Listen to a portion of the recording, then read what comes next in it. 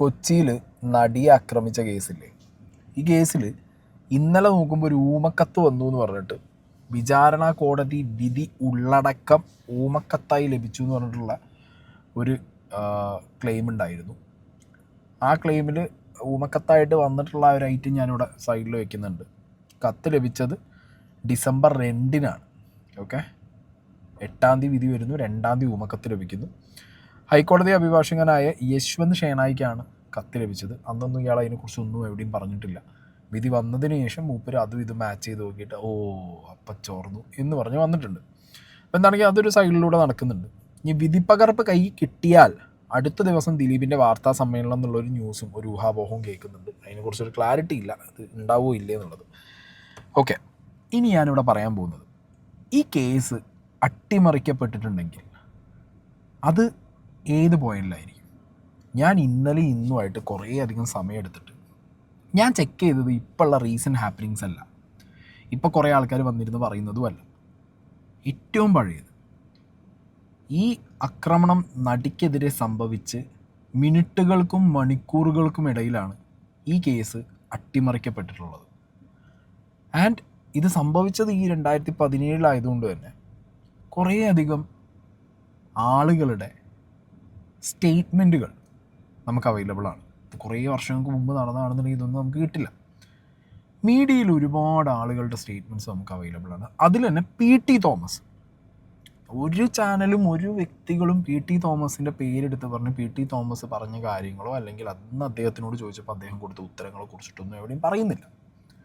പിന്നെ ഏറ്റവും പ്രധാനമായിട്ട് ഈ കേസിൽ ഇപ്പോൾ ഡിസ്കസ് ചെയ്യാത്ത കുറച്ച് പോയിന്റുകളുണ്ട്. ഇതെല്ലാം കൂടിയാണ് ഞാനിവിടെ നിങ്ങൾക്ക് പറയാൻ പോകുന്നത്. ഈ വീഡിയോയുടെ അവസാനത്തിൽ ഞാൻ എനിക്ക് തോന്നുന്നൊരു പേഴ്സ്പെക്റ്റീവ് ഇതിൽ പറയും. ഓക്കെ, അത് എടുക്കേണ്ടവർക്ക് എടുക്കാം, തള്ളേണ്ടവർക്ക് തള്ളാം. And that will be my final perspective. Fine. ഇനി PN നന്ദകുമാറിന് PT തോമസ് എന്ന് പറഞ്ഞ ആ ഒരു രാഷ്ട്രീയ പ്രവർത്തകനിൽ നിന്ന് ഈ വിഷയത്തെക്കുറിച്ച് മനസ്സിലായ കുറച്ച് കാര്യങ്ങൾ PT നന്ദകുമാർ ഈ അടുത്തൊരു യൂട്യൂബ് ചാനലിൽ ഇൻ്റർവ്യൂ കൊടുത്തപ്പോൾ പറഞ്ഞിട്ടുണ്ട്. കുറച്ച് ചോദ്യങ്ങൾ ചോദിച്ചിട്ടുണ്ട്. ആ ചോദ്യങ്ങൾ എനിക്ക് പേഴ്സണലി കുറച്ച് റെലവൻ്റ് ആയിട്ടുള്ള ചോദ്യങ്ങളായിട്ട് തോന്നുന്നു. അതിൽ നിന്ന് നമുക്ക് തുടങ്ങാം. പെൺകുട്ടി ആദ്യം എത്തിയത് ലാലിന്റെ വീട്ടിലാണ്. ഈ പെൺകുട്ടിയെ കൊണ്ടുപോകാൻ പോയിട്ടുള്ള കാറ് ലാലിന്റെ മകന്റെ കാറാണ് പോയത്. ഈ ലാല് കേസിൽ സാക്ഷിയാണോ? അല്ല. ഞാൻ ആ കേസുമായിട്ട് ബന്ധപ്പെട്ട PT തോമസായിട്ട് സംസാരിച്ചിരുന്നു. ലാലി കേസിന് സാക്ഷിയല്ല. ലാലിന്റെ മകനെ സംബന്ധിച്ച് ഇതിനകത്ത് ചോദ്യം ചെയ്തിട്ടില്ല. അയാളുടെ കാറിലാണല്ലോ പോയത്. സാധാരണ ഇപ്പൊ വേറെ എന്റെ ആതിരയുടെ കാറാണെന്നിരിക്കട്ടെ, നമ്മളെ വിളിച്ച് ചോദ്യം ചെയ്യുമല്ലോ പോലീസ്. അതെ, ഇതങ്ങനെ പോലീസ് ചോദ്യം ചെയ്തിട്ടുണ്ടോ? അങ്ങനെ പോലീസ് ചോദ്യം ചെയ്തിട്ടുണ്ടോ? ഇല്ലല്ലോ. അങ്ങനെ പോലീസ് തുടക്കം തുടങ്ങി ഈ സംഭവത്തിൽ കാണിച്ചിരിക്കുന്ന ചില അലംഭാവങ്ങളുണ്ട് ഇതിനകത്ത്.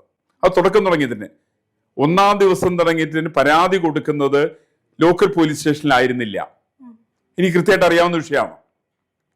ആ സാധാരണ സംഭവം ഉണ്ടായിട്ട് ആദ്യം പരാതി കൊടുക്കേണ്ട എവിടെയാ? ലോക്കൽ പോലീസ് സ്റ്റേഷനിൽ കൊടുക്കണം.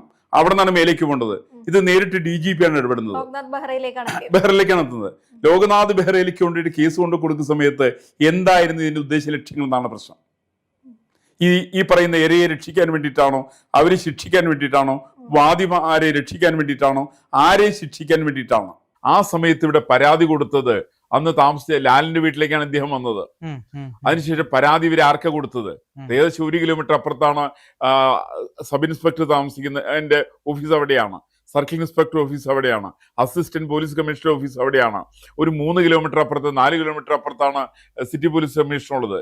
ഈ പറയുന്ന സ്ഥലത്തൊന്നും പരാതി കൊടുക്കാതെ കണ്ട് DGP ആയിരുന്ന ലോക്നാഥ് ബെഹ്റയെ വിളിച്ച് കേസ് ചാർജ് ചെയ്യാൻ പറഞ്ഞത് എന്തിന്റെ അടിസ്ഥാനത്തിലാണെന്നുള്ള ഇവർ വ്യക്തമാക്കണം. 2 കാറുകൾ വണ്ടി മാറിക്കയറുന്ന, അതേപോലെ തന്നെ ഈ ഡ്രൈവറെ സംബന്ധിച്ച് നേരത്തെ ഈ പറയുന്ന അതിജീവിതയെ സംബന്ധിച്ച് നല്ല പരിചയമുള്ള ഡ്രൈവറാണ് രണ്ടാമത്തെ ഡ്രൈവർ.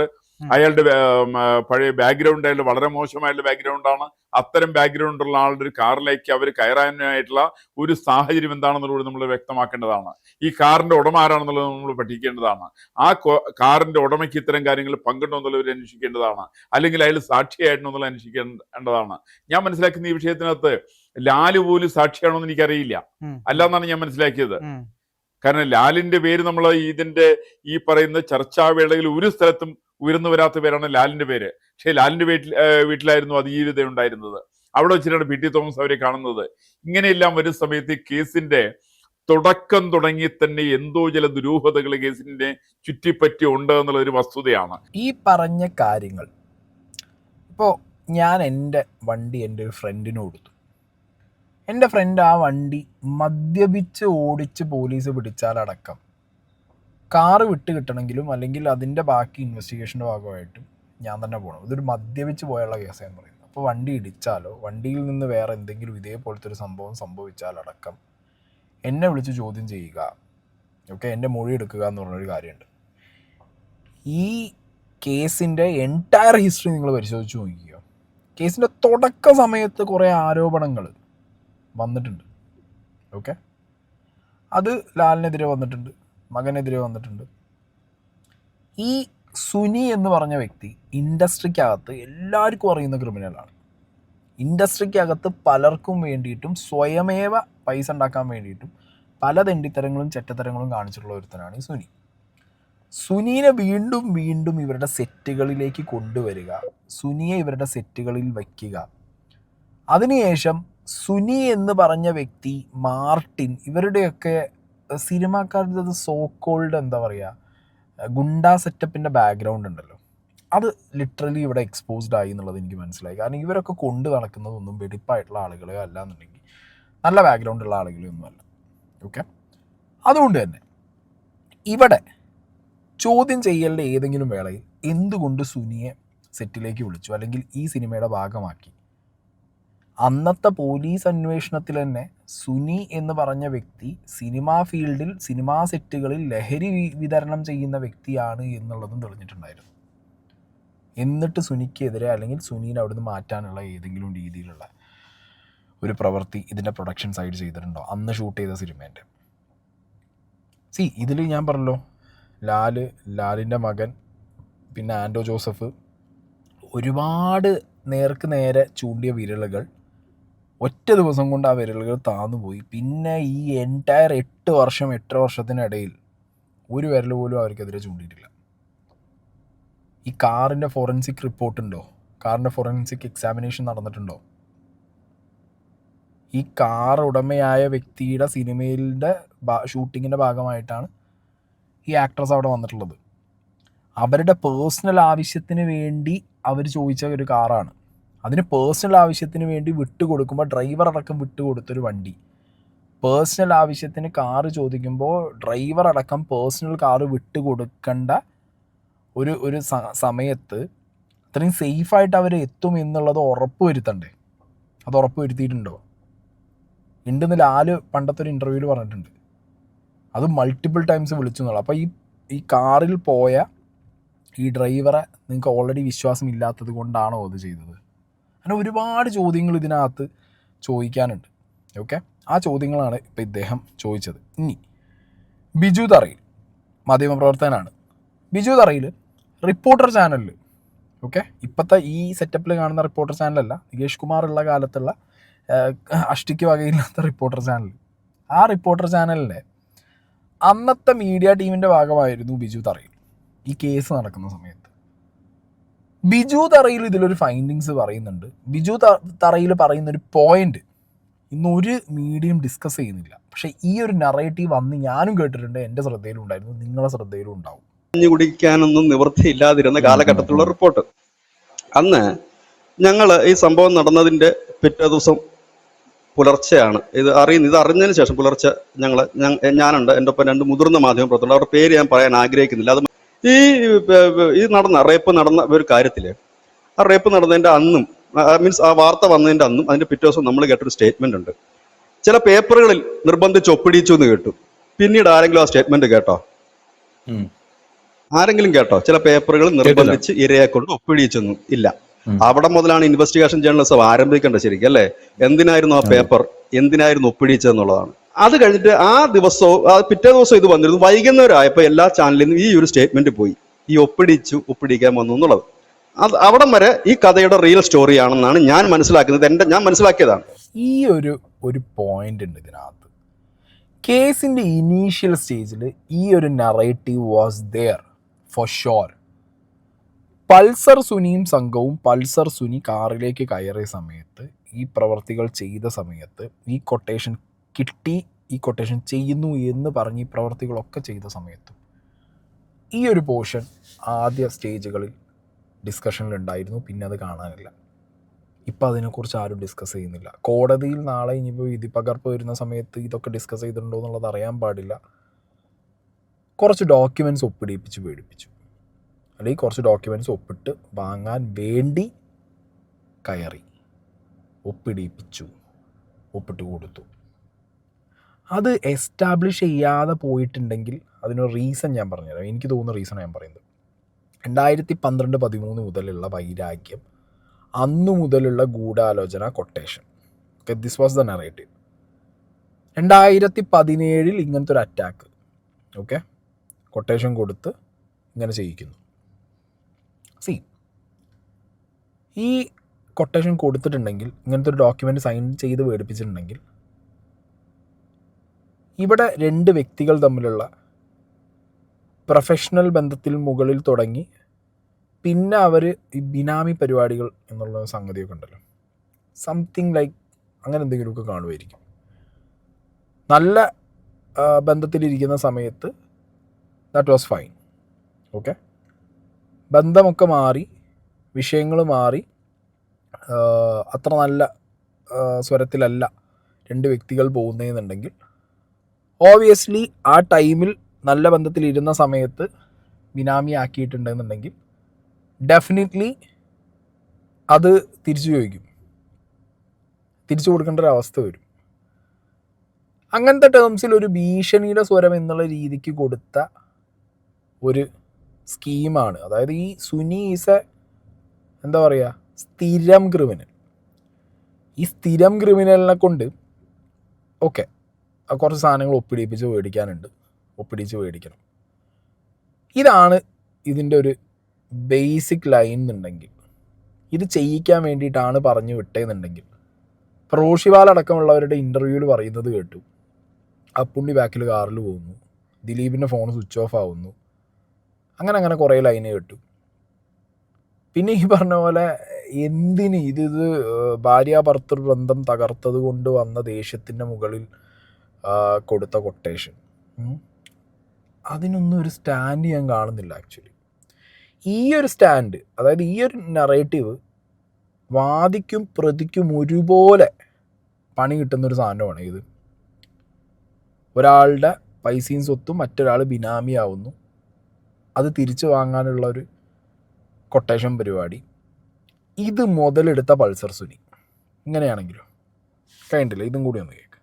ഈ പറയുന്ന കക്ഷി, ഈ പൾസർ സുനി എന്ന് പറയുന്ന കക്ഷി, ഇതിന് മുമ്പ് 1-2 നടിമാരുടെ സെയിം രീതിയിലുള്ള പീഡനം നടത്തിയിട്ടുണ്ട്. അതിലൊരു സിനിമ നടി ഫിലിം ഫീൽഡ് വിട്ടുപോയി ഒരു നടിയാണ്, എല്ലാവർക്കും അറിയാം, നല്ല മിടുക്കിയായ ഒരു നടിയാണ്. അവരെ ഉൾപ്പെടെ പീഡിപ്പിച്ചിട്ടുള്ളവരാണ്. അതായത് ഇയാൾ ഒരു ബോൺ ക്രിമിനൽ ആണെന്ന് അതിൽ നിന്ന് തന്നെ വ്യക്തമാവും. ഒരുപക്ഷെ ഈ കൊട്ടേഷൻ ഏറ്റെടുത്തുകൊണ്ട് ഈ വാഹനത്തിൽ ഇവരിൽ നിന്ന് പേപ്പറുകൾ ഒപ്പിടിച്ച് വാങ്ങാൻ അങ്ങനെയാണെങ്കിൽ, ആ സ്റ്റോറി അങ്ങനെയാണെങ്കിൽ, ഞാനത് ഇങ്ങനെ ആണെങ്കിൽ അങ്ങനെ ചെയ്ത്, പക്ഷെ അയാളുടെ ഉള്ളിലുള്ള ആ റേപ്പിസ്റ്റ് ഉണരുകയാണ് അവിടെ. കാരണം നല്ലൊരു ചാൻസ്, കാരണം ഇങ്ങനെ ഒരു കൊട്ടേഷൻ എനിക്ക് ഇങ്ങനെ ഉണ്ട്, അപ്പൊ അതിന്റെ ബലത്തിൽ എനിക്ക് ഇതും കൂടെ നടത്തി പോകാം എന്ന് കരുതിയിട്ട് അയാൾ ചെയ്തതാകാം, ഇല്ല എന്ന് അങ്ങനെ ആയിരിക്കാം. ഏതായാലും അദ്ദേഹത്തിന് ഇപ്പൊ കുറ്റക്കാരനാണെന്ന് കോടതി പറയുകയും ചെയ്തു. This seems to be a solid point of view, അല്ലെങ്കിൽ ഒരു പെർസ്പെക്റ്റീവ് വെച്ച പോലെ എനിക്ക് തോന്നി, ഒരു സോളിഡ് നറേറ്റീവ് പോലെ എനിക്ക് പേഴ്സണലി ഫീലായി. കാരണം പ്രീവിയസ് ഹിസ്റ്ററി ബാക്ക്ഗ്രൗണ്ട് ഉള്ള ഒരുത്തനാണ് ഈ സുനി. ഓക്കെ, അങ്ങനെയുള്ള സുനി ഇതേ ആക്ടിവിറ്റി ഇതിനു മുമ്പും പല നടിമാരുടെ അടുത്ത് എടുത്ത് അത് ഭീഷണിപ്പെടുത്തി അയാളുടെ സ്വയം ലാഭത്തിന് വേണ്ടി യൂസ് ചെയ്തൊരു വ്യക്തി. അയാളിലേക്ക് ഇതുപോലെ കുറച്ച് ഡോക്യുമെൻ്റ് എഴുതി ഒപ്പിടാൻ വേണ്ടിയിട്ടൊരു കൊട്ടേഷൻ ചെല്ലുന്നു. കൊടുത്ത ആൾ വിചാരിക്കുന്നത് ഇത് ഒപ്പിടിപ്പിച്ച് കൊണ്ടിരുന്നതാണ്. പക്ഷേ ഈ ലഹരി മൂത്ത് നിന്ന ഇവൻ, ഓക്കെ, ലഹരിയിലായിരുന്ന ഇവൻ്റെ തനി സാധനം പുറത്തെടുക്കും.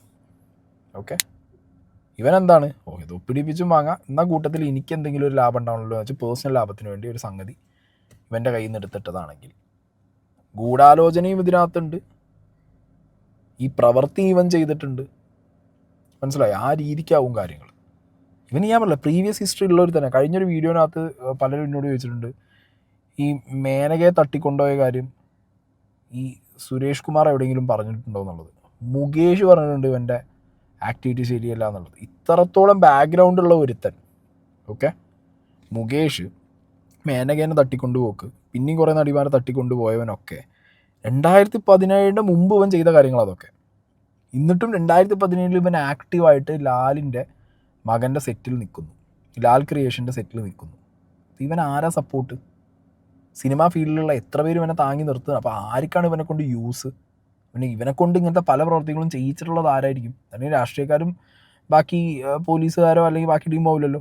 സിനിമാക്കാരനെ ആവില്ല ഇവനെ വളർത്തിയതും ഇവനെ കൊണ്ട് ഇതൊക്കെ ചെയ്യിച്ചതും ഇവനെ താങ്ങി നിർത്തുന്നതും ഒക്കെ. ഇതും കൂടി കേൾക്ക്. പെട്രോൾ പമ്പ് ആക്രമിച്ച് പണം തട്ടലടക്കം നിരവധി കേസുകളാണ് പൾസർ സുനിക്കെതിരെ നിലവിലുള്ളത്. ഇത്തരത്തിൽ തട്ടിക്കൊണ്ടുപോകലാണ് ഇയാളുടെ പ്രധാന ക്രിമിനൽ പ്രവൃത്തി. പൾസർ സുനിയുടെ ക്രിമിനൽ പശ്ചാത്തലം മനസ്സിലാക്കി വർഷങ്ങൾക്ക് മുമ്പ് ഇയാളെ തന്റെ ഡ്രൈവർ സ്ഥാനത്ത് നിന്ന് ഒഴിവാക്കിയിരുന്നുവെന്ന് നടനും MLA-യുമായ മുകേഷ് പറഞ്ഞിട്ടുണ്ട്. ഒരു 3 കൊല്ലം മുമ്പ് എൻ്റെ കൂടെ 1 കൊല്ലം വർക്ക് ചെയ്തിരുന്ന ആളാണ് ഈ സുനിൽ എന്ന് പറഞ്ഞ ആൾ. അന്നത്തെ സമയത്ത് തന്നെ എൻ്റെ അടുത്ത് വളരെ ഉയർന്ന ഒരു പോലീസ് ഉദ്യോഗസ്ഥൻ, അദ്ദേഹത്തിൻ്റെ വളരെ അടുത്ത സുഹൃത്താണ്, എൻ്റെ അടുത്ത് ഒരു പകുതി തമാശയും പകുതി സീരിയസ് ആയിട്ട് അദ്ദേഹം പറഞ്ഞിട്ടുണ്ട്. ഇവരൊക്കെ എന്തെങ്കിലുമൊക്കെ മോശപ്പെട്ട ബന്ധങ്ങളുള്ള ഒരു ആളാകാൻ സാധ്യതയുണ്ട് എന്ന് അദ്ദേഹം ഒരു ഉപദേശ രൂപേണ എൻ്റെ അടുത്ത് പറഞ്ഞിട്ടുണ്ട്. ഒരു ദിവസം ഞാൻ സുനിലിൻ്റെ അടുത്ത് പറഞ്ഞു, ഇങ്ങനെ ഞാൻ കുറച്ചാൾ കാണത്തില്ല, തൽക്കാലം നമുക്ക് പിന്നെ ഇതിൻ്റെ ആവശ്യമില്ല. സിദ്ദിഖ് ലാലിൻ്റെ ലാൽ എന്നെ വിളിച്ചിട്ട് പറഞ്ഞു, ഒരു മനുഷ്യൻ പോലും പറഞ്ഞില്ല ഇദ്ദേഹം ഇങ്ങനെ ഒരു സംഭവത്തിൻ്റെ അല്ലെങ്കിൽ ഇങ്ങനെ ഒരു വലിയ ക്രിമിനലാണെന്ന്. അങ്ങനെയാണെങ്കിൽ ഒരിക്കലും ഞാൻ എൻ്റെ ഫിലിം കമ്പനിയിൽ വെക്കില്ലായിരുന്നു.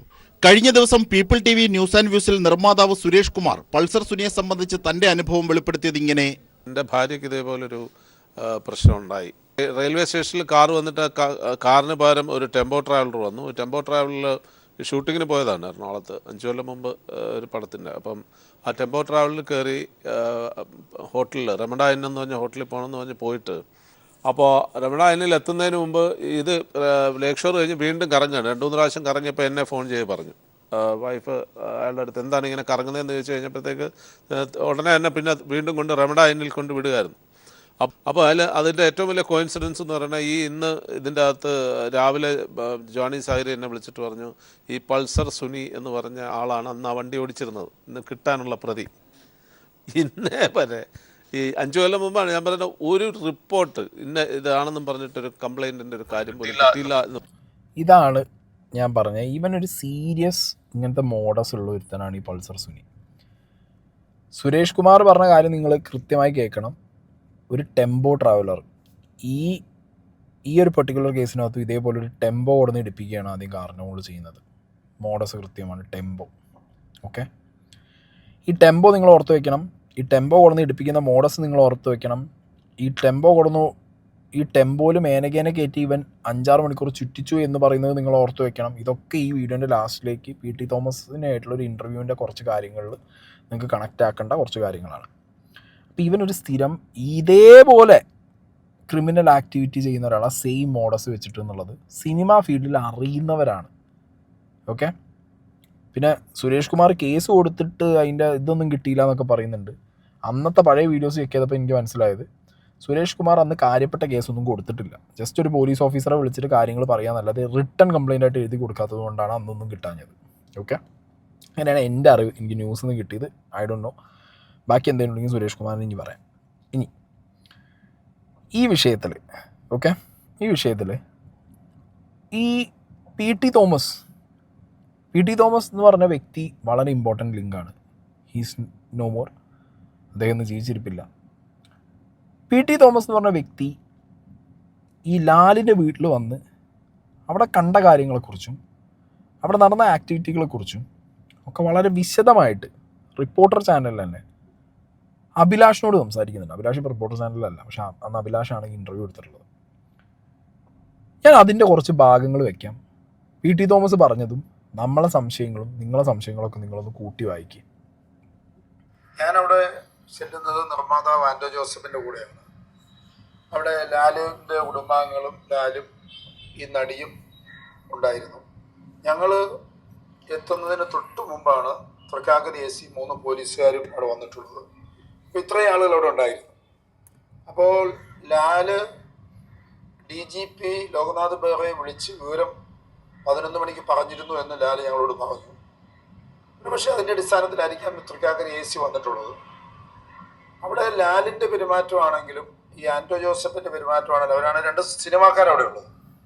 പിന്നെ ലാലിൻ്റെ കുടുംബാംഗങ്ങൾ, അവർ സിനിമയായിട്ട് ബന്ധമുണ്ടാവും, ഭാര്യ മോളും ഒക്കെയാണ്.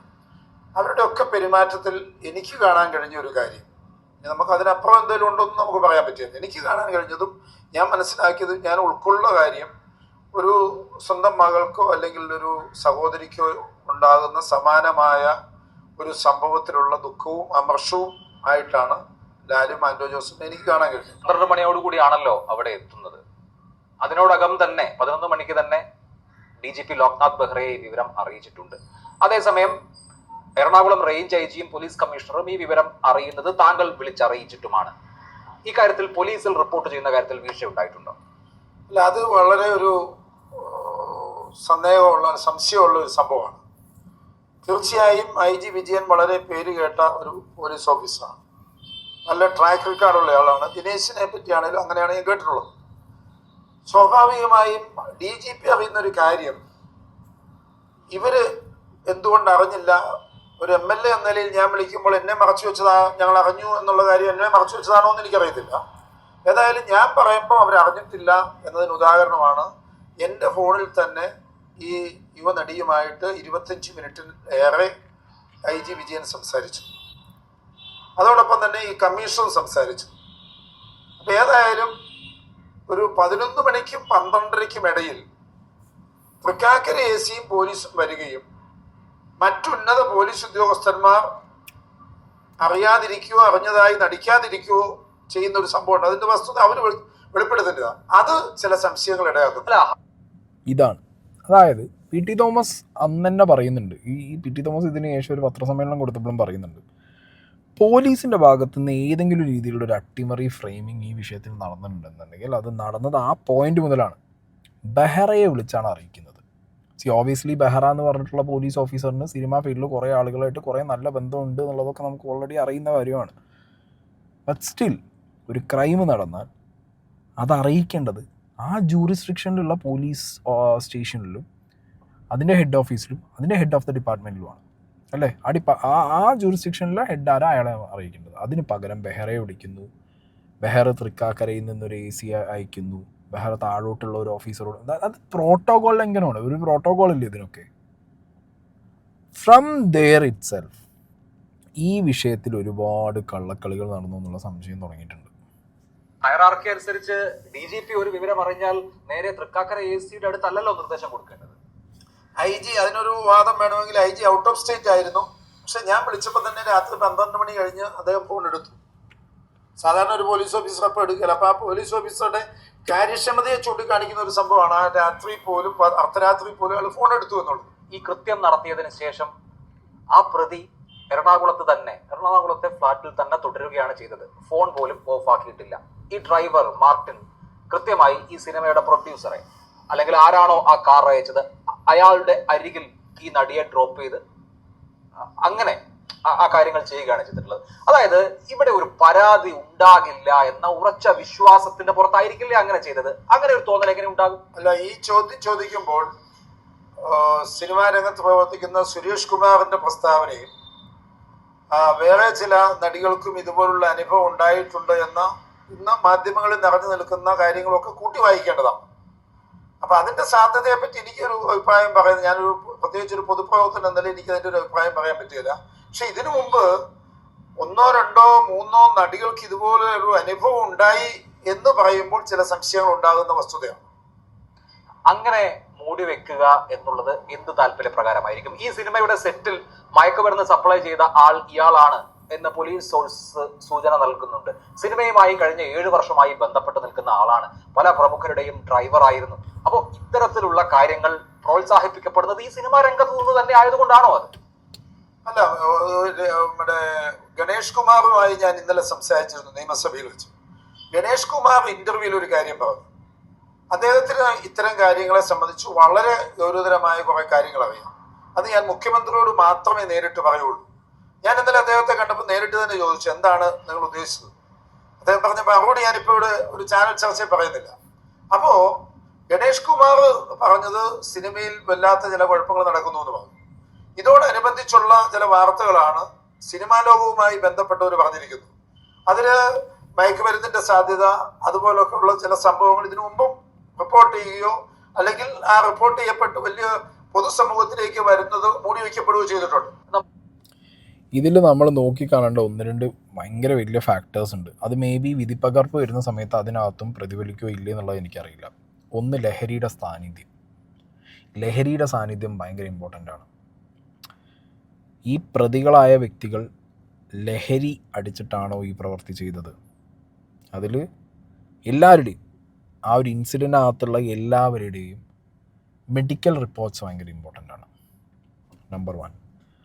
നമ്പർ 2, ഇതിനകത്ത് എഗെയിൻ ഞാൻ പറയുന്നു, ഈ പ്രവൃത്തി നടന്ന് നേരെ ലാൽ എന്ന് പറഞ്ഞ വ്യക്തിയുടെ വീട്ടിലേക്ക് ഇവരെ കൊണ്ടുവന്ന് ഡ്രോപ്പ് ചെയ്ത മാർട്ടിൻ ഒറ്റയടിക്ക് ഫ്ലിപ്പാവുകയാണ്. മാർട്ടിൻ അവിടെ ഇപ്പം ഇത്രയും വലിയൊരു പ്രവൃത്തി ചെയ്തു, ഒരു ക്രൂര പ്രവൃത്തി ചെയ്ത ആൾക്കാർ. അഭിലാഷ് ചോദിച്ചൊരു ചോദ്യം വളരെ കൃത്യമല്ലേ, കേസ് കൊടുക്കില്ല എന്ന് ഉറപ്പുള്ളത് കൊണ്ടല്ലേ അവിടെ കൊടുന്ന് ഇറക്കി വിട്ടിട്ട് സിമ്പിളായിട്ടിരുന്നത് മാർട്ടിൻ പൾസർ സുനിയുടെ മോഡസ് അറിയാം. പൾസർ സുനി ഇതിനു മുമ്പ് ഇങ്ങനത്തെ ആക്ടിവിറ്റീസ് ചെയ്തിട്ട് ഒരാളും കേസ് കൊടുത്തിട്ടില്ല. അതൊന്ന്. മാർട്ടിൻ ഇതിൻ്റെ ഭാഗമായിട്ട് നിൽക്കുന്ന ഒരു വ്യക്തിയാണ്. മാർട്ടിനാണ് ഇവർക്ക് ഇറങ്ങുന്ന സമയത്ത് മെസ്സേജ് അയച്ചത്, ഇന്ന സ്ഥലങ്ങളിൽ എത്തുമെന്ന് പറയുന്നത്. ഇവർ ഈ ആക്ടിവിറ്റി കൂട്ടുപ്രതിയാണ്. മാർട്ടിൻ ഇത്ര ധൈര്യത്തോടു കൂടി ലാലിൻ്റെ അവിടെ കൊണ്ടുവന്ന് ഇറക്കി വിട്ടിട്ട് അവിടെ ഇരിക്കുകയാണ്. മനസ്സിലായില്ല, അവിടെ ഇരിക്കുകയാണ് ആൾ. അടി കിട്ടിയെന്ന് പറഞ്ഞാൽ അവിടെ ഇരിക്കുകയാണ്. എന്നിട്ട് അവിടെ നിന്നാണ് പിന്നെ PT തോമസിന് സംശയം തോന്നി മാർട്ടിൻ്റെ ഫോൺ എടുത്ത് ചെക്ക് ചെയ്യണമെന്ന് പറഞ്ഞ് മാർട്ടിനെ അവിടെ നിന്ന് പോലീസിലേക്ക് ഇട്ട് കൊടുക്കുന്നത് PT തോമസാണ്. അതൊക്കെ ഇതിൽ പറയുന്നുണ്ട്, അതൊക്കെ നമുക്ക് കേൾക്കാം. ഈ മാർട്ടിൻ അടക്കമുള്ളവരുടെ ധൈര്യം എന്തായിരുന്നു? അതാണ് ചോദ്യം. സിനിമ ഫീൽഡിലുള്ളവർ ഇവരെ താങ്ങി നിർത്തും. ഈ സിനിമ ഫീൽഡിലുള്ളവർക്ക് ഇതെല്ലാം അറിയുന്നതാണ്, ഇതൊക്കെ അവരുടെ സ്ഥിരം പരിപാടിയാണ്. മനസ്സിലായോ? മേ ബി ഇവരാരും പ്രതീക്ഷിച്ച് കാണില്ല നടി ഇതവിടെ പോയി പറഞ്ഞൊരു കേസിലേക്ക് എത്തിക്കുന്നുള്ളത്. ഇവരും വിചാരിച്ചാൽ എന്താ, ലാലിൻ്റെ അവിടുന്ന് അയച്ച വണ്ടി അത് ലാലിൻ്റെ വീട്ടിലേക്ക് തന്നെ തിരിച്ചു വരുന്നു. ലാലിനെ അറിയുന്ന അല്ലെങ്കിൽ ലാൽ ക്രിയേഷനിൽ ഇവർക്ക് അറിയുന്ന ഡ്രൈവർ, ഇവർക്കൊക്കെ ഇങ്ങനത്തെ ഒരു ക്രിമിനൽ ബാക്ക്ഗ്രൗണ്ട്. ഈ പ്രവൃത്തി ചെയ്തതിനു ശേഷം വീണ്ടും എന്ത് ധൈര്യത്തിലാണ് അവരൊരു തിരിച്ചു കൊണ്ടുവന്നത്?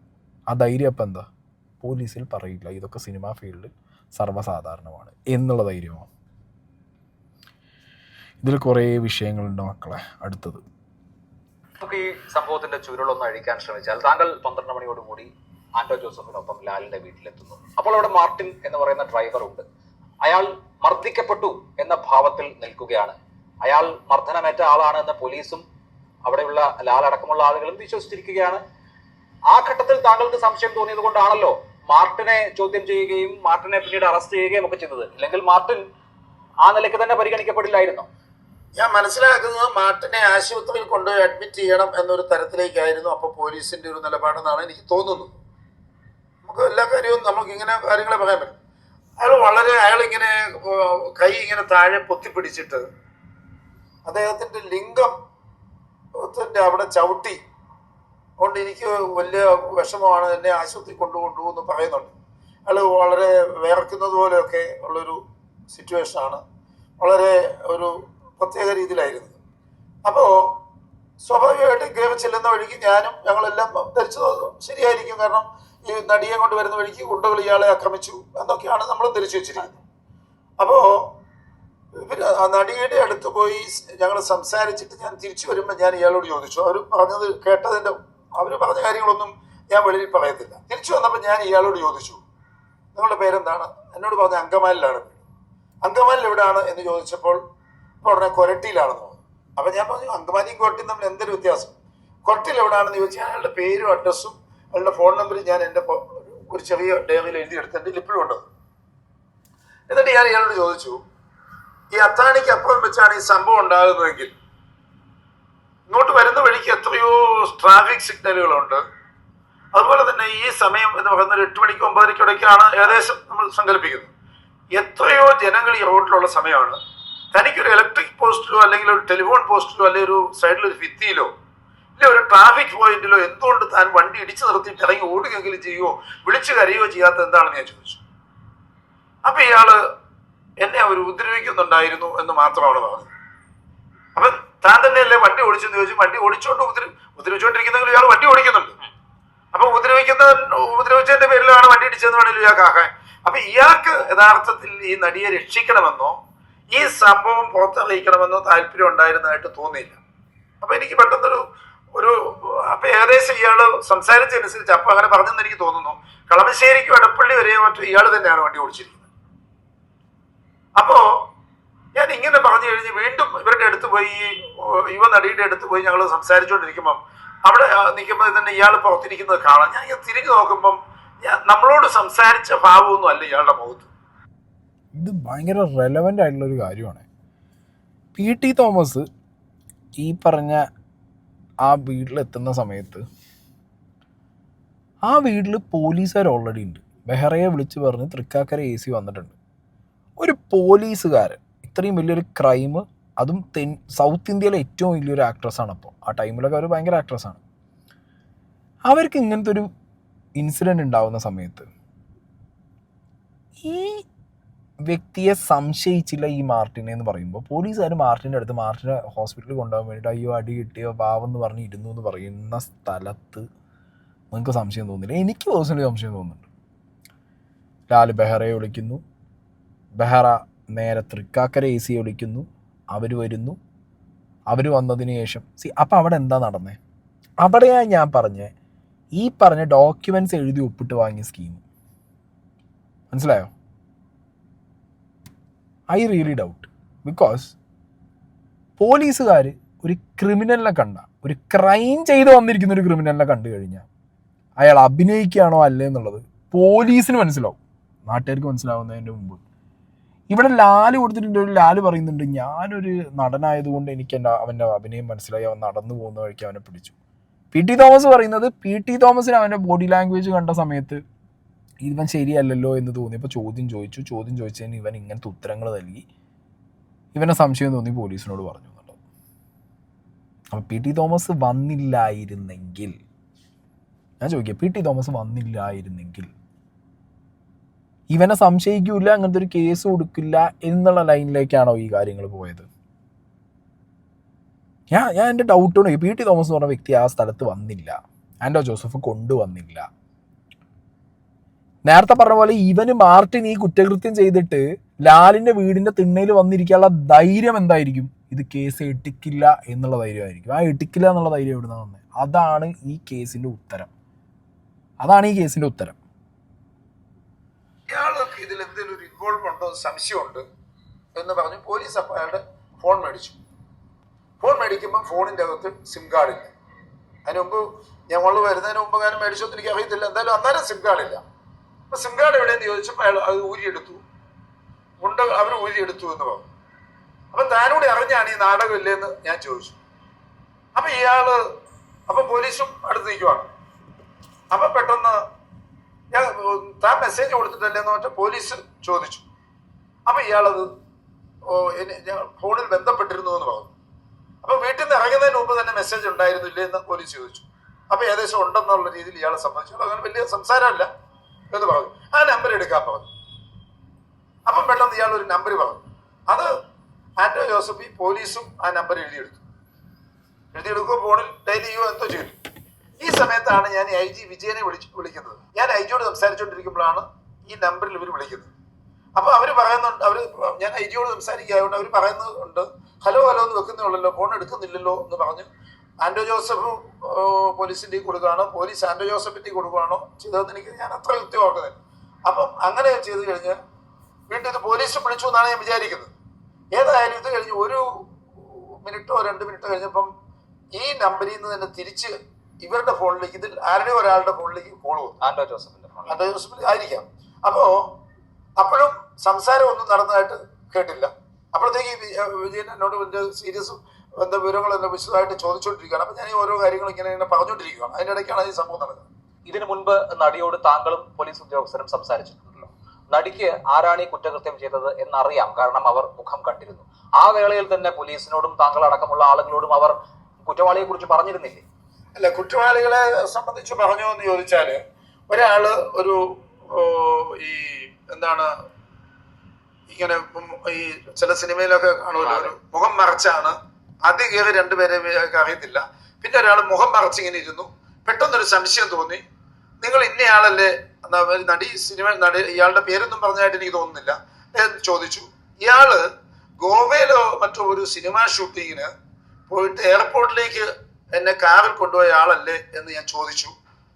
അപ്പൊ ഇയാളിത് ഈ ടവല് മാറ്റി എന്നാണ് അവർ പോലീസിനോട് പറഞ്ഞത്. ഞങ്ങളോട് പറഞ്ഞപ്പോഴല്ല, പോലീസിനോട് അങ്ങനെ പറഞ്ഞു എന്ന് പോലീസ് പറയുകയും ചെയ്തു.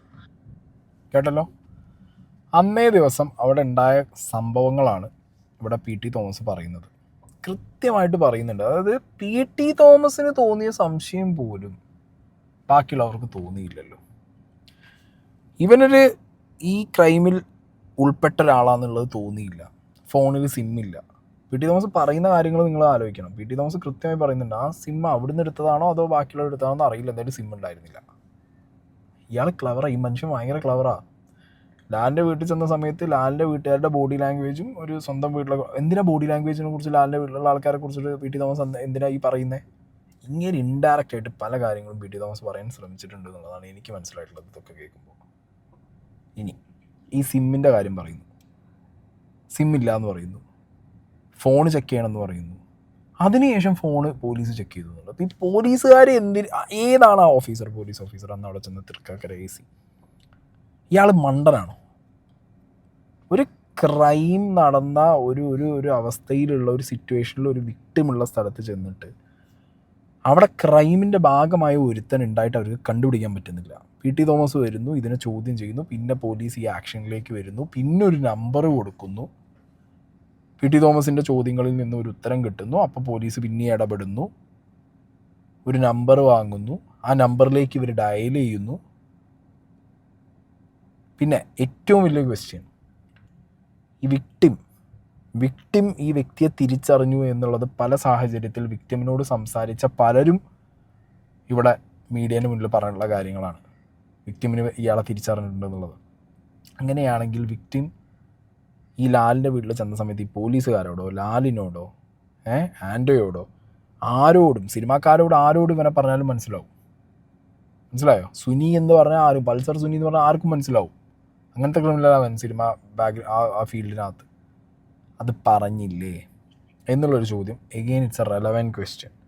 ഓക്കെ, ഇനി അടുത്തത് ഇതന്നെ പ്ലേ ചെയ്യാം, ഇത് കഴിഞ്ഞിട്ട് ബാക്കി പ്ലേ ചെയ്യാം. അല്ല, അപ്പൊ പോലീസിന് അറിയാമല്ലോ പൾസർ സുനി എന്ന ആളാണ് അറിയാമല്ലോ. അല്ല, അതെനിക്ക് തോന്നുന്നത് IG-യോട് സംസാരിച്ച ഘട്ടത്തിലാണ് അവർ പറഞ്ഞു തോന്നുന്നത്. അതിന് മുമ്പ് ഈ AC ഇവരെ ചോദ്യം ചെയ്തു എന്ന് എനിക്ക് അറിയത്തില്ല. AC ഞങ്ങൾ വരുമ്പം AC ഇതിന്റെ മുറ്റത്താണ്, നടിയുടെ അടുത്തല്ല നിൽക്കുന്നത്, പുറത്താണ്. ഈ 3 പോലീസും AC കൂടെ പുറത്താണ് നിൽക്കുന്നത്. അതിന് മുമ്പ് അവരെ ചോദ്യം ചെയ്യാനായിട്ടുള്ളൊരു കാര്യം, അങ്ങനെ ചോദ്യം ചെയ്യൽ നടന്നിട്ടുണ്ടോ എന്ന് എനിക്ക് സംശയം. ആന്റോ ജോസഫ് 2 തവണ മാർട്ടിനിൽ നിന്ന് കിട്ടിയ നമ്പറിലേക്ക് ഫോൺ ചെയ്യുന്നു, എടുക്കുന്നില്ല. ആന്റോ ജോസഫിന്റെ ഫോണിലേക്ക് ഈ പൾസർ സുനി എന്ന ആൾ തിരിച്ചു വിളിക്കുന്നു. ഇത് ആന്റോ ജോസഫ് മനോരമയ്ക്ക് കൊടുത്ത അഭിമുഖത്തിൽ പറഞ്ഞതാണ്.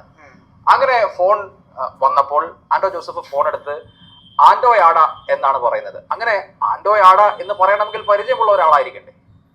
അങ്ങനെ പറഞ്ഞിട്ടുണ്ടെങ്കിലായിരിക്കും, അതെനിക്ക് അറിയത്തില്ല, ഞാനത് കേട്ടിട്ടില്ല. ഇത് ആന്റോ ജോസഫ് തന്നെ മലയാള മനോരമയുടെ ഓൺലൈനിൽ കൊടുത്ത അഭിമുഖത്തിൽ പറഞ്ഞതാണ്. അങ്ങനെ തന്റെ ഫോണിലേക്ക് വന്ന ഒരു കോളിന് ആന്റോയാട എന്ന് പറയണമെങ്കിൽ തീർച്ചയായും അവർ തമ്മിൽ ഒരു മുൻപരിചയം തീർച്ചയായിട്ടും ഉണ്ടാവണം. ആ ആംഗിളൊക്കെ പക്ഷെ പോലീസ് അന്വേഷിക്കുന്നുണ്ട്. അതെനിക്ക് അറിയത്തില്ല, കാരണം അതെന്താണ് പോലീസ് നടത്തിയിരിക്കുന്നത് എനിക്കറിയത്തില്ല. ആന്റോ ഇപ്പൊ ഇങ്ങനെ മനോരമയിൽ അങ്ങനെ ഒരു ഇന്റർവ്യൂ നടത്തിയോന്ന് ഞാനത് ശ്രദ്ധിച്ചിട്ടില്ല. അപ്പൊ അങ്ങനെ പറഞ്ഞിട്ടുണ്ടെങ്കിൽ തീർച്ചയായിട്ടും ആന്റോയ്ക്ക് അയാളെ അറിയാതിരിക്കണം. അങ്ങനെയാണെങ്കിൽ സിനിമാ മേഖലയിലെ പലർക്കും അറിയാമായിരിക്കും. Again A very relevant question. ആ സിറ്റുവേഷനിൽ ഇപ്പോഴും ഡിസ്കസ് ചെയ്യാതിരിക്കുന്ന വലിയൊരു പോയിൻ്റാണിത്. ഓക്കെ, സുനിയുടെ നമ്പർ ആര് കൊടുക്കുന്നു? മാർട്ടിൻ കൊടുക്കുന്നു. സുനിയുടെ നമ്പർ മാർട്ടിൻ കൊടുത്തതിന് ശേഷം അതിലേക്ക് ആൻഡോ അടക്കം ബാക്കിയുള്ളവർ ഫോൺ ചെയ്യുന്നു, കോൾ എടുക്കുന്നില്ല. ഈ സിറ്റുവേഷൻ ഉണ്ടാക്കിയതാരാ? P T Thomas. Thrikkakara AC വന്നിട്ടടക്കം മാർട്ടിൻ്റെ കയ്യിൽ നിന്ന് നമ്പർ വാങ്ങാനോ മാർട്ടിൻ ഇതിൽ കൂട്ടുപ്രതിയാണ് എന്നോ ഉള്ള ഒരു കാര്യങ്ങളും കൊണ്ടുപോകാതെ, വിക്ടമായിട്ടുള്ള ലേഡിയോട് ഒരു ക്വസ്റ്റ്യൻ പോലും ചോദിക്കാതെ ബെഹ്റേനെ വിളിച്ച് ലാല് പറഞ്ഞു. ബെഹ്റ ഒരു തൃക്കാക്കര AC-നെ അയച്ചു. AC വീടിന് മുന്നിൽ വന്നിരുന്നിട്ട് പ്രൊട്ടക്ഷൻ കാവൽ നിൽക്കുന്നു. ആരോടാ ഇത് പറയുന്നതെന്ന് എനിക്ക് മനസ്സിലാവുന്നില്ല. എനിക്ക് ഒരു ഐഡിയയും കിട്ടുന്നില്ല ഇത് എന്താണ് ഈ വിളിച്ച് പറഞ്ഞുകൊണ്ട്, എന്താണെന്ന് അവിടെ സംഭവിച്ചതെന്നുള്ളത്. പി ടി തോമസ് ചെല്ലുന്നു, ഇവനും പ്രതിയാണ് എന്നുള്ളത് സംശയിച്ച് ഇങ്ങനത്തെ കാര്യങ്ങളൊക്കെ പോലീസിനെ കൊണ്ട് ഇട്ട് കൊടുത്ത് അവനും പ്രതിയാണെന്നുള്ളത് ഉറപ്പിച്ച് അവനെ കൃത്യമായിട്ട് പിടിച്ച് അവർക്ക് വേറെ വഴിയില്ല. പി ടി തോമസ് സത്യസന്ധനായിട്ടുള്ളൊരു രാഷ്ട്രീയക്കാരനാണ്. അങ്ങേരിത് വിളിച്ച് പറയും ഭാവിയിൽ എന്നുള്ളത് പേടിയുള്ളത് കൊണ്ടായിരിക്കണം. ഓഹോ അപ്പോൾ നീ ഇതിൻ്റെ ഭാഗമാണുള്ളതെന്ന് AC ചോദിക്കുന്നു. അവൻ്റെ ഇത് ഫോൺ വാങ്ങുന്നു. സിമ്മില്ല അപ്പം ഫോണിനകത്ത് നമ്പർ, സിമ്മില്ലാത്ത ഫോണിൽ നിന്ന് നമ്പർ എടുക്കുന്നു. നമ്പർ എടുത്തതിന് ശേഷം ആരെയാണ് നീ വിളിച്ചത് എന്നുള്ളത് നോക്കാൻ വേണ്ടിയിട്ട് ആ നമ്പർ എടുത്തിട്ട് ഇവർ ഡയൽ ചെയ്യുന്നു. അപ്പോൾ സുനീനെ അപ്പം ഞാൻ ചോദിക്കട്ടെ, ഇവിടെ ഒന്നില്ലെങ്കിൽ വിക്ടം സുനീനെ തിരിച്ചറിഞ്ഞിട്ട് സുനിയാണ് അത് എന്നുള്ളത് ഇവരോട് ആദ്യമേ പറഞ്ഞു കാണും. അത് സുനിയുടെ നമ്പറാണ് എന്നുള്ളതും അവർ മനസ്സിലാക്കി കാണും. അതുകൊണ്ടായിരിക്കണം ആൻഡോ ഫോൺ എടുത്തിട്ട് ആൻഡോ ആടാ എന്ന് പറഞ്ഞത്. ഒരു ചാൻസ്. അല്ലെങ്കിൽ സുനിയെ ഇവർക്ക് എല്ലാവർക്കും അറിയാം, ഡയൽ ചെയ്ത സമയത്ത് സുനിയുടെ നമ്പറാണ് എന്നുള്ളത് മനസ്സിലാക്കിയതിന് ശേഷം ആൻഡോ ആണെന്ന് പറഞ്ഞതായിരിക്കാം. അല്ലെങ്കിൽ മാർട്ടിൻ എന്തായാലും ഇവർ പിടിച്ചു, എന്നാൽ പിന്നെ സുനിയാണെന്നുള്ളത് മാർട്ടിൻ ഇട്ട് കൊടുത്തതായിരിക്കണം. ഈ ഒരു സിറ്റുവേഷനെ ഞാൻ കാണുന്നുള്ളൂ. അതിൽ PTക്ക് ഒരു ക്ലാരിറ്റി ഇല്ലാത്തത് കൊണ്ടാണ് ഞാൻ ഇങ്ങനൊരു കാര്യം പറഞ്ഞത്. ഓക്കെ, ഒന്ന്, ഈ കാറിന്റെ ഉടമസ്ഥൻ ലാലിന്റെ മകൻ ജീൻ ആണ്. സ്വാഭാവികമായും അങ്ങനെ ഒരു കാർ, ഈ ലാലിന്റെ പ്രൊഡക്ഷൻ ഹൗസ് ആണ് ഈ കാർ അയച്ചു കൊടുത്തിട്ടുള്ളതും. അങ്ങനെ ഒരു കാറിൽ വെച്ച് ഇങ്ങനെ ഒരു സംഭവം ഉണ്ടാകുമ്പോൾ പോലീസ് ആദ്യം ലാലിനെയും ഈ കാറിന്റെ ഉടമസ്ഥനെയും ചോദ്യം ചെയ്യണ്ടേ? അങ്ങനെ ഒന്നും ഉണ്ടായിട്ടില്ലല്ലോ. പക്ഷേ പോലീസ് വന്ന്, അതായത് ഉയർന്ന പോലീസ് ഉദ്യോഗസ്ഥർ വന്നതിന് ശേഷം ഈ കാറ് ആരും തുടരുമെന്നൊക്കെ പറയുന്നുണ്ടായിരുന്നു. ഈ കാറിന്റെ അടുത്തേക്കൊക്കെ നിന്ന് കാറിന്റെ അകത്തേക്ക്, അതെനിക്ക് തോന്നുന്നു ആലുവ SP ജോർജ് വന്നതിന് ശേഷമാണെന്ന് തോന്നുന്നു. അയാൾ അതിൻ്റെ അകത്തേക്കൊക്കെ ലൈറ്റ് അടിച്ച് നോക്കുന്നുണ്ടായിരുന്നു. അപ്പം സിറ്റി കമ്മീഷണർ പറയുന്നുണ്ടായിരുന്നു കാർ തുറക്കരുത് എന്ന് പറയുന്നുണ്ടായിരുന്നു എന്നൊക്കെ പറയുന്നുണ്ടായിരുന്നു. പിന്നെ ഞാൻ 3 മണിക്ക് മുമ്പ് ഞാൻ പോന്നല്ലോ, പിന്നെ എന്ത് നടന്നു എന്ന് എനിക്കറിയില്ല. അല്ല, അവിടെയാണ് ഈ അന്വേഷണത്തിലെ വീഴ്ചകളെ സംബന്ധിച്ച ധാരാളമായ സംശയങ്ങൾ ഉണ്ടാകുന്നത്. ഒന്ന്, ഈ കാറിന്റെ ഫോറൻസിക് പരിശോധന നടത്തണം. ഫോറൻസിക് പരിശോധന നടത്തിയത് ആദ്യത്തെ ദിവസമോ രണ്ടാമത്തെ ദിവസമോ അല്ല. ഫോറൻസിക് പരിശോധന നീണ്ടുപോകാൻ പാടുണ്ടായിരുന്നോ? അതെന്തുകൊണ്ട് അങ്ങനെ സംഭവിച്ചു? അല്ല, അപ്പൊ തന്നെ ഒരു വനിത, ഞാനിങ്ങനെ പോരുന്ന സമയത്ത് 2 മണിക്ക് 3 മണിക്ക്, ഞാൻ 3 മണിക്ക് മുമ്പ് ഞാൻ പോന്നു. വരുന്ന സമയത്ത് ഒരു വനിത സിവിൽ ഡ്രസ്സിലൂടെ വന്നിരുന്നു. അവര് സംസാരിക്കുന്ന കേട്ടിട്ട് ഫോറൻസിക്കുമായി ബന്ധപ്പെട്ട ആളാണ്.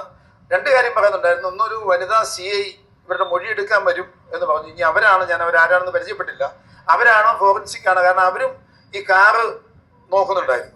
അപ്പൊ അവർ ഈ കാറ് പരിശോധിക്കുന്നതിന് എന്തോ ചെയ്യേണ്ട കാര്യങ്ങളെ പറ്റി പറയുന്നുണ്ടായിരുന്നു. ലേഡി കണ്ടാൽ ഏകദേശം തിരിച്ചറിയുന്നില്ല, എനിക്ക് ആരാന്നറിയത്തില്ല എന്ന് പറയുന്നുണ്ടായിരുന്നു. അപ്പം അവർ ഈ കാറ് തുടരുതെന്നൊക്കെ AV ജോർജ് എന്ന് പറഞ്ഞ് ലൈറ്റൊക്കെ അടിച്ച് നോക്കുന്ന ഘട്ടത്തിൽ എന്തായാലും കാറ് പരിശോധിക്കാൻ സാധ്യതയുള്ളതാണ്, പരിശോധിക്കേണ്ടതുമാണ്. എങ്ങനെയുണ്ട്? വീഴ്ചകളെ പറയുന്നത് എണ്ണി ചോദിക്കുന്നുണ്ട് അഭിലാഷ്. PTക്ക് അറിയുന്ന കാര്യങ്ങൾ PT പറയുന്നുണ്ട്, കണ്ട കാര്യങ്ങളും PT പറയുന്നുണ്ട്. ഓക്കെ, ഞാൻ ഇതിൻ്റെ ഒരു സിറ്റുവേഷൻ ആലോചിച്ച് നോക്കുന്നത്, ഇപ്പോൾ എനിക്ക് എത്രയും വേണ്ടപ്പെട്ട ഒരാൾ, ആ വേണ്ടപ്പെട്ട ഒരാൾക്ക് ഇങ്ങനത്തെ ഒരു ഇൻസിഡൻറ്റ് ഉണ്ടായാൽ നമ്മൾ അപ്പോൾ സ്പോട്ടിൽ അവരെടുത്തിട്ട് അടുത്ത പോലീസ് സ്റ്റേഷനിൽ കൊണ്ടുപോകും. ഇനി ഇത് പുറം ലോകത്തിന് അറിയിക്കേണ്ട എന്നുള്ള രീതിക്കാണെന്നുണ്ടെങ്കിൽ അറിയുന്ന പോലീസ് ഓഫീസറെ വിളിക്കും. ഇവിടെ അതാണോ നടന്നതെന്നുള്ളത് സംശയിക്കേണ്ട അവസ്ഥയല്ലേ? പിന്നെ ഞാൻ പറഞ്ഞല്ലോ, ഒരു നോർമൽ കേസിലാണെങ്കിൽ പോലും നമ്മളൊരു വണ്ടി ഒരാൾക്ക് വാടകയ്ക്ക് കൊടുത്താൽ, അല്ലെങ്കിൽ നമ്മുടെ ഫ്രണ്ടിന് കൊണ്ടുപോകാൻ കൊടുത്താൽ, നമ്മൾ വെറുതെ, ഇപ്പം ഞാൻ എൻ്റെ വണ്ടി, എൻ്റെ പേരിലുള്ള വണ്ടി സ്നേഹയ്ക്ക് ഓടിക്കാൻ കൊടുത്ത് സ്നേഹം കൊണ്ടുപോയിട്ട് എന്തെങ്കിലും അലമ്പായാലടക്കം എന്നോട് ചോദിച്ചു. മനസ്സിലായോ? പിന്നെ ഫോറൻസിക് എക്സാമിനേഷൻ, ഇരയായ വ്യക്തിയുടെ മെഡിക്കൽ എക്സാമിനേഷൻ, ഒരുപാട് കാര്യങ്ങൾ ഇതിനകത്ത് ക്വസ്റ്റ്യൻ മാർക്കിൻ്റെ മുകളിലാണ് ഇരിക്കുന്നത്. ഓക്കെ, അതാ ഞാൻ വീണ്ടും പറയുന്നത്, ഇനീഷ്യൽ സ്റ്റേജിൽ ഇതിനകത്ത് ഇത് പുറത്ത് പറയണോ പറയണ്ടേ എന്നുള്ളൊരു കൺഫ്യൂഷൻ വരാനുണ്ടായ സിറ്റുവേഷൻ എന്താണ്, that leads to that document signing എന്നുള്ളൊരു ഡൗട്ട് എനിക്ക് തോന്നുന്നത്. അതിനേക്കാൾ പ്രധാനപ്പെട്ട ഒരു കാര്യം, ഈ സംഭവം നടന്ന ആദ്യ മണിക്കൂറുകളിൽ തന്നെ താങ്കൾ അവിടെ എത്തിയല്ലോ. വൈദ്യപരിശോധന നടക്കുന്നത് പിന്നെയും മണിക്കൂറുകൾ കഴിഞ്ഞാണ്. അതായത് ഇങ്ങനെ ഒരു ലൈംഗിക പീഡനം ഉണ്ടായാൽ ആദ്യം പോലീസ് ചെയ്യുക ഇരയെ വൈദ്യപരിശോധനയ്ക്ക് വിധേയമാക്കുക എന്നുള്ളതല്ലേ? ഇവിടെ എന്തുകൊണ്ട് അങ്ങനെ ഒരു കാലതാമസം വന്നു? അത് എന്നെ പോലെ ഒരു പൊതുപ്രവർത്തകൻ എന്താ ഇവര് വൈദ്യപരിശോധന നടത്താത്തതെന്ന് എനിക്ക് ചോദിക്കാൻ പറ്റത്തില്ല. ആ ഘട്ടത്തിൽ സ്വാഭാവികമായിട്ടും അതൊക്കെ പോലീസിന്റെ ഭാഗത്ത് വന്നിട്ടുണ്ടെങ്കിൽ പോലീസിന്റെ ഭാഗത്ത് ചെയ്യേണ്ട കാര്യങ്ങളാണ്. അതിലെന്താണ് സംഭവിച്ചെന്നുള്ളത് ആ കാര്യങ്ങൾ ഓരോന്നോരോന്നായിട്ട് പുറത്തു വന്നാലേ പറ്റത്തുള്ളൂ. താങ്കൾ 12 മണി മുതൽ 3 മണി വരെ 3 മണി തന്നെ ഇല്ല, 2 മണിക്ക് 3 മണി ഇടയ്ക്ക്, ശരി, ഏതാണ്ട് അത്രയും സമയം അവിടെ ഉണ്ട്. ഒരു ലൈംഗിക പീഡനം ഉണ്ടായാൽ ഇരയെ ആദ്യം വൈദ്യപരിശോധനയ്ക്ക് വിധേയരാക്കണ്ടേ എന്ന് ആ സമയത്ത് താങ്കൾ എന്തുകൊണ്ടാണ് അത് ഞാൻ ചോദിച്ചിട്ടില്ല. അത് ഞാൻ ചോദിച്ചിട്ടില്ല. കാരണം ആ കാര്യങ്ങളൊക്കെ ചെയ്യാൻ ഇത്രയും ഉയർന്ന പോലീസ് ഉദ്യോഗസ്ഥന്മാർ ഇടപെട്ടപ്പം, പ്രത്യേകിച്ച് എനിക്ക് ഈ നടിയായിട്ട് നേരത്തെ ഒരിക്കൽ ഞാൻ തൊടുപുഴ MLA ആയിരിക്കുമ്പോൾ കണ്ട ഒരു പൊതു ചടങ്ങിൽ കണ്ടിട്ടുള്ളത്. എനിക്ക് യാതൊരു പരിചയമില്ല, എനിക്ക് അവരുടെ ഫോൺ നമ്പർ അറിയത്തില്ല. എനിക്ക് അങ്ങനെ ഒരു അടുപ്പമില്ലാത്ത ഒരാളോട് നിങ്ങളെ വൈദ്യപരിശോധനയ്ക്ക് കൊണ്ടുപോകേണ്ടതെന്ന് എനിക്ക് ചോദിക്കാൻ പറ്റത്തില്ല. അല്ല, പോലീസുകാരോടും അങ്ങനെ അവരുടെ ഒരു കാര്യത്തിൽ എനിക്ക് കാരണം അത്ര ഉന്നത പോലീസ് ഉദ്യോഗസ്ഥർ ഇടപെട്ടിരിക്കുവാണല്ലോ. PT യോട് ചോദിച്ച ചോദ്യം വളരെ കൃത്യമാണ്. PT അതിന് പറഞ്ഞ ഉത്തരം ഇപ്പം ഈ പറഞ്ഞ പോലെ PT യുടെ ഭാഗത്ത് നിന്ന് ഇത്രയൊക്കെ ചെയ്ത PT ക്ക് ഈ ഒരു കാര്യം ചിലപ്പോൾ മൈൻഡിൽ നിന്ന് പോയതായിരിക്കാം. കാരണം PT അല്ല അത് ചെയ്യേണ്ടത് പോലീസുകാരാണ്. വൈദ്യപരിശോധന നടത്തേണ്ടത് പോലീസുകാരാണ്. മണിക്കൂറുകൾ വൈകിച്ചിട്ടുണ്ടെങ്കിൽ അതെന്തുകൊണ്ട് എന്നുള്ളൊരു ഉത്തരം കൂടി അതിന് കിട്ടണ്ടേ, വേണ്ടേ? അവിടെയൊക്കെ ഞാൻ പറയും, ഇത് അടിമുടി ഫോറൻസിക് എക്സാമിനേഷൻ കാരണം നടന്നിട്ടുണ്ടോ, വൈദ്യപരിശോധന വഴുകാനുള്ള കാരണം എന്താണ്, എന്തിനാണ് ഇത് അടുത്തുള്ള ജൂറിസ്ഡിക്ഷനിലുള്ള പോലീസുകാരെ അറിയിക്കാതെ ബെഹ്റയെ അറിയിച്ചത്, AC വന്നിട്ട് എന്താണ് ചെയ്തത്, തൃക്കാക്കര AC വന്നിട്ട് എന്തൊക്കെയാണ് ചെയ്തത്, ഇങ്ങനെ കുറേ ചോദ്യങ്ങൾ. അവിടെയാണ് ഈ കേസ് പൊളിഞ്ഞത്, മനസ്സിലായില്ല? അവിടെയാണ് ഈ കേസ് പൊളിഞ്ഞത്. ഇത് സത്യം പറഞ്ഞു കഴിഞ്ഞാൽ നാട്ടുകാർ നമ്മൾ മണ്ടന്മാരാണ്, നമ്മളാണ് ശരിക്കും ഇതിന് മണ്ടന്മാർ. ഇത് ഇവിടെ ഈ ഫ്രം ആ നടന്ന ആ ഇനീഷ്യൽ മണിക്കൂറുകളിൽ പൊളിഞ്ഞ കേസിൽ പിന്നെ ആരുടെയൊക്കെയോ സ്വാർത്ഥ ലാഭം താല്പര്യത്തിന് വേണ്ടിയിട്ട് ഇരയ്ക്കൊപ്പം കുറേ പേര്, വേട്ടക്കാരനൊപ്പം കുറേ പേര്, ഇങ്ങനെ വർഷങ്ങളോളം ഈ സാധനം പോയി. ഇത്രയും പ്രമാദമായൊരു കേസ്, ഇത്രയും ഇമ്പോർട്ടൻ്റ് ആയിട്ടുള്ളൊരു കേസ്, പ്രഗത്ഭയായൊരു നടിക്ക് പോലും ഇവിടെ നീതി ലഭിക്കണമെങ്കിൽ 8 വർഷം കാത്തിരിക്കേണ്ട ഒരു അവസ്ഥയിൽ കാര്യങ്ങൾ മാറിയിട്ടുണ്ടെങ്കിൽ അത് ഇവിടുത്തെ സിസ്റ്റം മാറ്റിയതാണ്. എന്ന് മാത്രമല്ല, ഈ കൃത്യം നടത്തിക്കൊണ്ടിരിക്കുന്നതിനിടയിലും അതിനുശേഷവും ഈ പ്രതി വിളിച്ചിട്ടുള്ള മൊബൈൽ ഫോൺ കോളുകൾ, ഈ സംഭവം നടത്തിയതിന് ശേഷം വിളിച്ച് പൊട്ടിച്ചിരിച്ച് ഈ കാര്യങ്ങൾ വിശദീകരിച്ച രീതി, എന്തായാലും പുറത്തൊരാളുണ്ട് എന്നുള്ളത് വ്യക്തമാണ്. അത് ഈ ആരോപിക്കപ്പെടുന്നത് പോലെ സിനിമയുമായി ബന്ധമുള്ള ആരെങ്കിലും ആണെന്ന് താങ്കൾക്ക് തോന്നുന്നുണ്ടോ? അല്ല, അത് ഞാൻ ഒരു ഘട്ടത്തിൽ പ്രത്യേകിച്ച് ഇത്രയും കോളിലൊക്കെ സൃഷ്ടിച്ച ഒരു കേസ് എന്ന നിലയിൽ എനിക്ക് അതിനെപ്പറ്റി ഒരു സംശയവും പറയാൻ പറ്റിയില്ല. ആരോ ഇതിന്റെ പിന്നിലുണ്ടെന്നുള്ളത് വസ്തുതയാണ്. ഇയാൾ ഒറ്റയ്ക്കൊരു മാഫിയ ഡോണൊന്നുമല്ല, മറിച്ച് ഒരു സ്ഥിരം കുറ്റവാളി മാത്രമാണ്. പോലീസുകാർക്കോ രാഷ്ട്രീയക്കാർക്കോ സംരക്ഷിക്കേണ്ട ഒരു ബാധ്യതയും ഇയാളെ സംരക്ഷിക്കേണ്ട ഒരു ബാധ്യതയും ഇല്ലല്ലോ. തീർച്ചയായിട്ടും ഇല്ല. അപ്പൊ പിന്നെ ആരാണ് ഇതിന്റെ പുറകിൽ? അല്ല, അത് കണ്ടുപിടിക്കേണ്ടതാണ്. അത് കണ്ടുപിടിക്കണമെന്നുള്ള കാര്യത്തിൽ യാതൊരു സംശയവും ഇല്ല.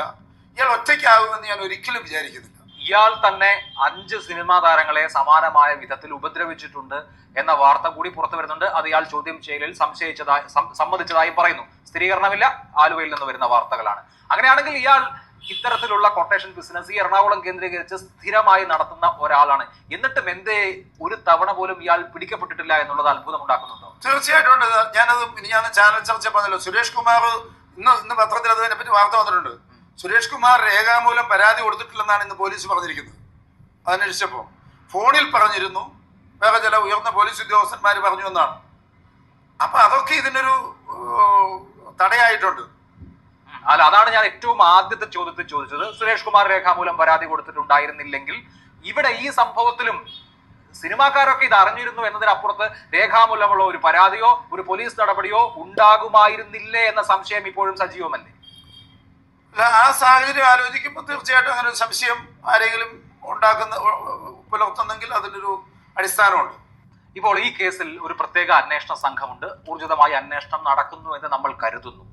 ശരിയായ ദിശയിലുള്ള അന്വേഷണമാണ് എന്ന തോന്നൽ താങ്കൾക്കുണ്ടോ? ഇല്ല, എനിക്ക് ഈ ലോക്നാഥ് ബെഹ്റ എന്ന് പറയുന്ന ഉന്നത പോലീസ് ഉദ്യോഗസ്ഥ, ഒരു വ്യക്തിയെ പറ്റി അങ്ങനെ പറയാൻ പാടില്ലെങ്കിലും അദ്ദേഹം ഈ കാര്യത്തിൽ വലിയൊരു മാനിപ്പുലേറ്റർ ആയിട്ടാണ് എനിക്ക് അനുദിന വാർത്തകൾ കാണുമ്പോൾ എനിക്ക് തോന്നിയിട്ടുള്ളത്.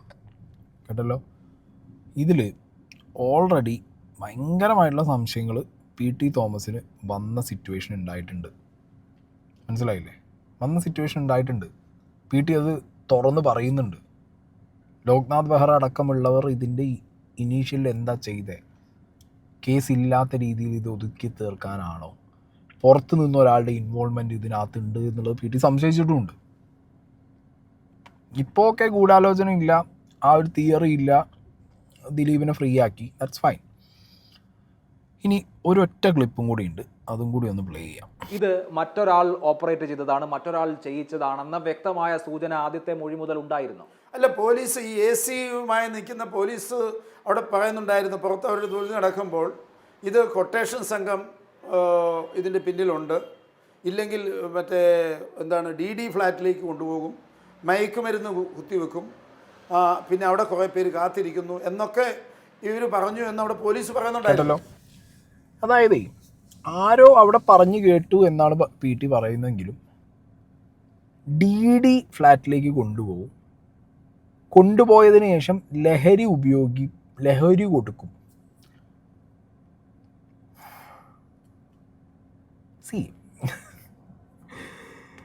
ഞാൻ പറഞ്ഞല്ലോ, ഇതിന് ഒരുപാട് സംശയങ്ങൾക്ക് നമുക്ക് ഉത്തരം കിട്ടേണ്ടതായിട്ടുണ്ട്. ഞാനിപ്പോൾ ഇതെന്താ അറിയുമോ, ടു ദ കോർ പോയതാണ്. അതിലേറ്റവും കൂടുതൽ വിശ്വസിക്കാൻ പറ്റുന്നത് PT തോമസിനെയാണ് ഈ വിഷയത്തിൽ. അല്ലാതെ അന്ന് അവിടെ സിറ്റുവേഷനിലുള്ള ആൻഡ്രയോ ലാലിനെയോ ഇരയെ മാറ്റി നിർത്തിയാൽ പിന്നെ അവിടെ വിശ്വസിക്കാൻ പറ്റുന്ന ഏക വ്യക്തി PT തോമസ് മാത്രമാണ്.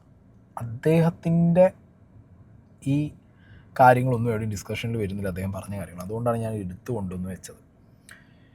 ഇനി ഞാനിതിൽ എൻ്റെ ഒരു നറേറ്റീവ് പറയാം. ഓക്കെ, എനിക്ക് തോന്നുന്ന ഒരു നറേറ്റീവ് ഞാൻ പറയാം. ഞാൻ പറഞ്ഞല്ലോ, എതിർക്കേണ്ടവർക്ക് എതിർക്കാം. ഓക്കെ, ഇവൻ പറയുന്നതിൽ എന്തെങ്കിലും ഉണ്ടല്ലോ എന്ന് തോന്നുന്നവർക്ക് നിങ്ങൾക്ക് നിങ്ങളുടെ ഇഷ്ടത്തിന് ചിന്തിക്കാം. ആരും ഇത് പച്ചവെള്ളം വിഴുങ്ങുന്ന മധുരം വിഴുങ്ങാൻ നിൽക്കണ്ട. നടിയും നടനും തമ്മിൽ അത്യാവശ്യം നല്ല ബന്ധത്തിലാണ്, നല്ല ഫ്രണ്ട്സാണ്, നല്ല ബന്ധത്തിലാണ്. പ്രൊഫഷണൽ ആൻഡ് പേഴ്സണൽ ബന്ധങ്ങളിലൊക്കെ നല്ല ടേംസിൽ. പൊതുവേ കാണുന്ന സൊസൈറ്റിയിലൊരു രീതി വെച്ച് നോക്കുമ്പോൾ ബിനാമി പരിപാടികൾ ഇറ്റ്സ് ഓൺ. രാഷ്ട്രീയത്തിലാണെങ്കിലും ബിസിനസ്സിലാണെങ്കിലും സിനിമ ഫീൽഡിലാണെങ്കിലും ബന്ധത്തിലൊരു വിള്ളൽ വരുന്ന ഒരു സാഹചര്യം വന്നു കഴിഞ്ഞാൽ ആരുടെയാണോ ബിനാമിയായിട്ട് നിൽക്കുന്നത് ആ വ്യക്തി നോട്ട് എനിമോർ ലൈക്ക് ട്രസ്റ്റ് വർത്തി ആണെന്നുള്ളത് ഈ ഫണ്ട് ചെയ്യുന്ന ആൾക്ക്, അല്ലെങ്കിൽ ആരുടെ ഫണ്ടാണോ മറ്റേ കയ്യിലുള്ള ഫണ്ട് കൊടുക്കുന്ന ആൾ, അല്ലെങ്കിൽ ഫണ്ട് ആരുതാണോ അയാൾക്ക് തോന്നുകയാണ് അപ്പുറത്തുള്ള ആൾ ട്രസ്റ്റ് വർത്തി അല്ല എന്ന് പറഞ്ഞു കഴിഞ്ഞാൽ തിരിച്ചു ചോദിക്കും. മേ ബി അങ്ങനത്തെ ഒരു സാഹചര്യം വന്നിരിക്കാം. കാരണം ഭാര്യ ഭർത്തൃ ബന്ധം അവിടെ മോശമായി, അത് വേറൊരു സിറ്റുവേഷനിലേക്ക് പോകാൻ കാരണക്കാരി എന്ന് ഇയാൾ സ്വയം ചിന്തിക്കുന്ന വ്യക്തി.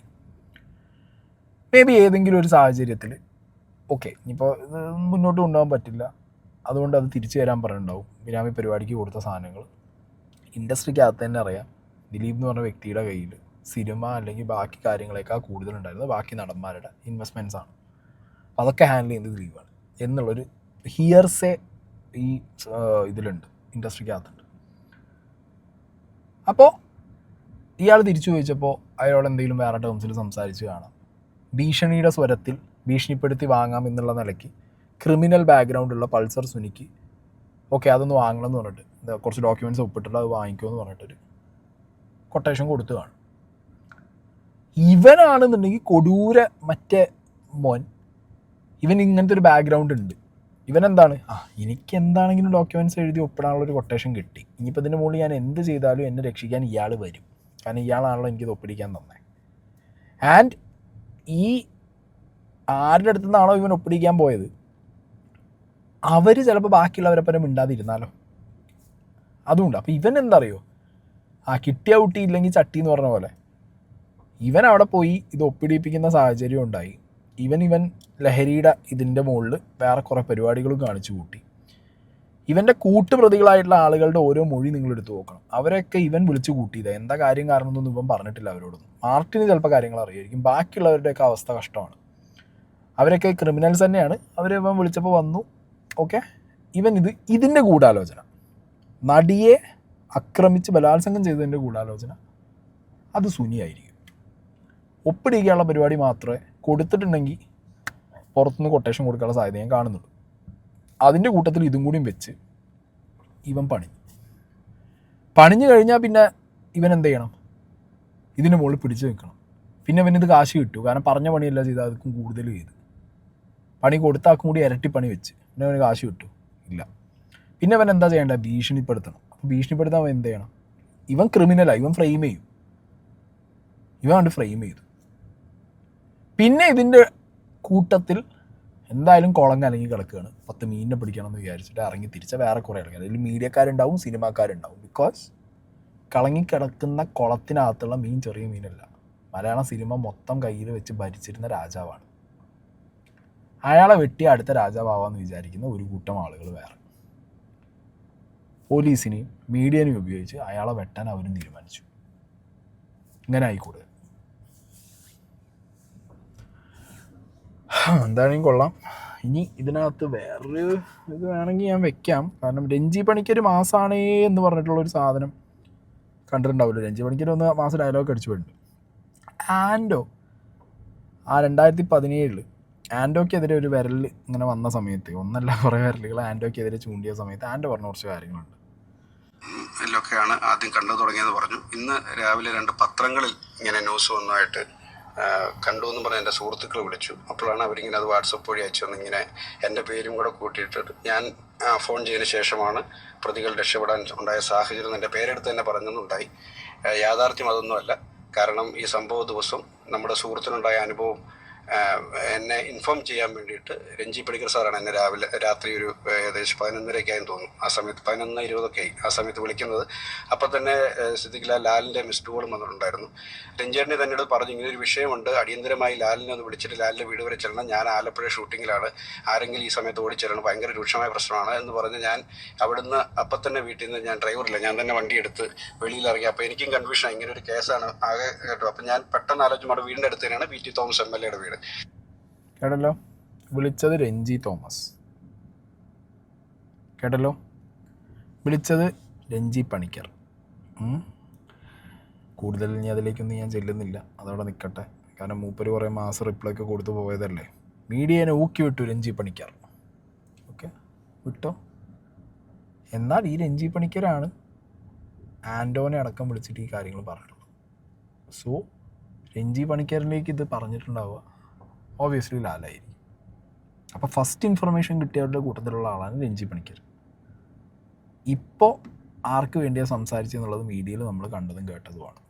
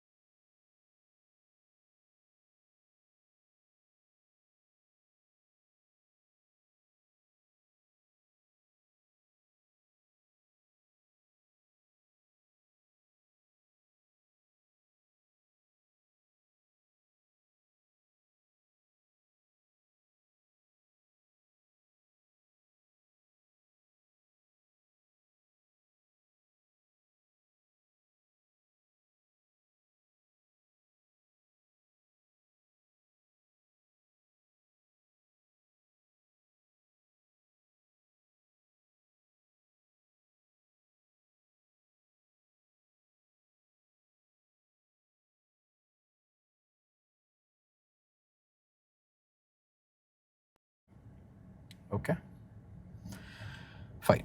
അപ്പോൾ എന്താണെങ്കിലും ഫേർദറായിട്ട് ഇനി എന്തെങ്കിലുമൊക്കെ എൻ്റെ സംശയങ്ങൾ എനിക്ക് തോന്നിക്കഴിഞ്ഞാൽ ഞാൻ ഇതേപോലെ എവിടെന്നെങ്കിലുമൊക്കെ ഇങ്ങനെ എൻ്റെ തോട്ട്സ് വന്ന് കിട്ടുതരാം.